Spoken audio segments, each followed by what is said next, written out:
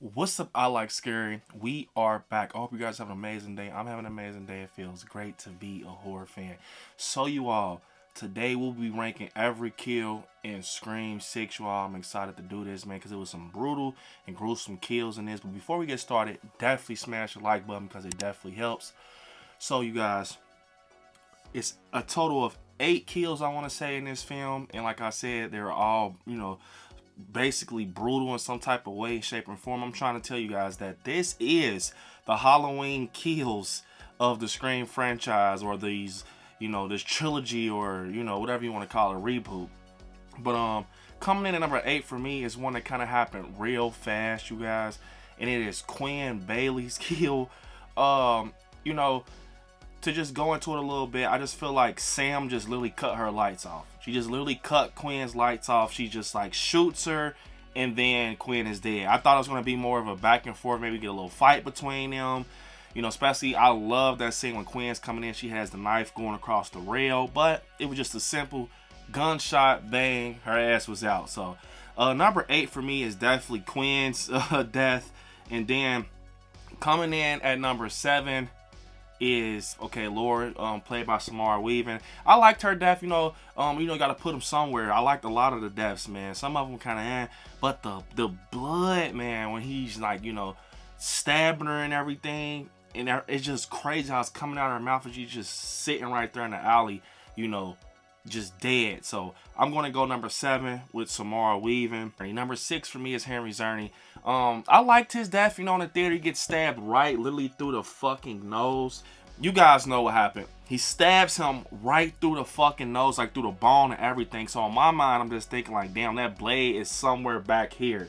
It's just crazy and how we thought that that's going to actually be Quinn's death. So they kind of switched, and they kind of had similar patterns on their robe and everything. So number 6 for me is Henry Czerny, the therapist.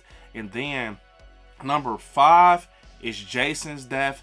Now, his death was very cool to me. I loved how, him and Ghostface are going back on the phone, and he's like, warmer, warmer, cold. Are you on fire? Like, it was just crazy in the theater, just seeing this go on. And this is by far one of the best opening acts, in my opinion, man. This was executed perfectly. But he opens the fridge, and it's just chopped up body parts in there. But I think one thing that made me like Jason's kill is probably way different from why other people like his kill. It's not because the bloodiness and the goriness. It was because of how Ghostface closed out that scene, and he says, who gives a fuck about the movies anymore? I love that. Like, I just loved it, man.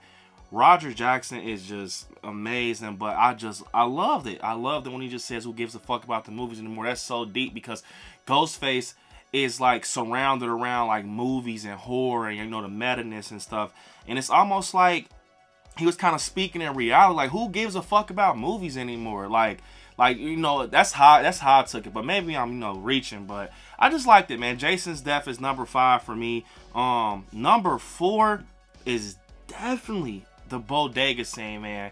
I loved how Ghostface just rolls up in there, and the guy's like, you got a problem? Like, it's so many deaths in there. If you want to break it down and not even just call it the bodega scene kills, it's, bro, the bald guy gets jacked up by Ghostface, and he just walks through him like he's fucking John Wick, and then the owner just gets terminated. Like, Ghostface has to pump shotgun, and just one hand just busts this guy's melon all over the freezer door. So I love that kill. It was just it was really an intense scene to see Ghostface just come in the light, not care in public, and just bang a whole gun in a store. That's crazy. I think that's very crazy. So number 4 is the bodega scene, but we knew in the trailer that scene was going to be intense. That's why I said sometimes, they put a little too much in the trailer, but I mean, I see why they kind of did, because that got me so hyped for Scream 6 when I seen that. So number 4 is definitely the bodega kill. Number 3 for me is Ethan's kill. Number 3 for me is Ethan's kill, you guys. I loved what Tara did to Ethan, man, because He's literally trying to take Tara down. He's like, I always wanted to stick something in you, Tara. She's like, you gotta let me go. And she jumps down and she takes this fucking buck and literally puts it in Ethan's mouth. Almost like, yeah, you're talking so much shit. I'm gonna just put it right here in your mouth because you're just talking so much shit. And she twists this buck in his mouth like a fucking screwdriver. And I can just feel it in the theater. And he's just like, oh. I'm like, oh my God, this is crazy. And then she says this. She says, you died a fucking virgin. That right there, just when I heard that from Jenna Ortega, it low-key gave me chills because it was like, that's some final girl shit to, do in her situation. Because, Ethan was saying, am I going to die a virgin? And she kind of just reminds him like, you died a fucking virgin. So I think that's so cool, the way he died, and Jenna Ortega did it. So that's very cool. And yeah, man, so coming in at number 3 is Ethan. You guys, coming in at number 2 is Anika's death. I love the scene though. Like, the scene is top.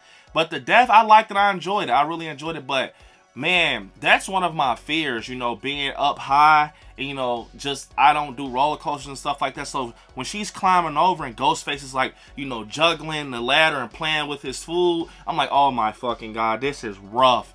This is crazy. And she's screaming. You gotta think, right before that, Ghostface stabs her in the torso. He literally stabs her in the torso. So you gotta think how much pain she's in. And then she's trying to crawl over this ladder to get to safety. And he's like moving the ladder. And then he eventually, it's like soon as she gets close. And if you see in that scene, she definitely touches Sam's hand. She touches Melissa Barrera's hand. And right when she does that, he kind of just twists the ladder and she falls to her death. But not only does she fall, but Radio Silence inserts a fucking dumpster and she just bounces off the dumpster like, like boing. And she just, and it was, I'm not trying to laugh or nothing, you guys, but it was the way she bounced off the fucking dumpster, bro. And she just, I'm like, damn, she couldn't just fall and hit the ground flat. You had to put a dumpster right there. So it kind of made the death more brutal and interesting and gruesome. So Anika's death was definitely one of the top for me. I knew it was going to be crazy in the trailer. She's on a fucking ladder. And I kind of guessed her death. I knew it wasn't going to be Mindy. She's the core 4. But when you see, Anika fall to her death and meet the dumpster on her way down, that is fucking insane. I know, a lot of people probably say this is their number 1. But for me, like I told you all, you might not agree with me, but my number 1, I had bone-chilling feelings when I seen this in the theaters. When Sam kills Detective Bailey. Bro, it is like, when you see this, she is like just, bro, oh my gosh, she is literally plucking him the hell up, all up his arms, and it's the way the camera's like following her, and she's just chopping at him. Like, it's almost like she's chopping up steak or some shit. Like, she just really putting holes in him, man. Like, it's almost unsettling. Like, you can see the Billy Loomis in her when you see her just giving these stabs to Detective Bailey. Like, it's like, bro, she definitely fits a Ghostface, but I just love the way it was shot, and she did it in her dad's robe. And like I said, man, I really did, Sam kind of having that darkness to her, and this scene definitely brought it out of her. And right after that, Tara just looks at her like, oh my God. And, Sam's breathing like, whew, basically like, yeah, that felt good, man. And Tara, remember, Dermot, he's standing right there, right, on the ground and everything. And Tara kind of looks at her, basically gives her the, hey, okay, finish it.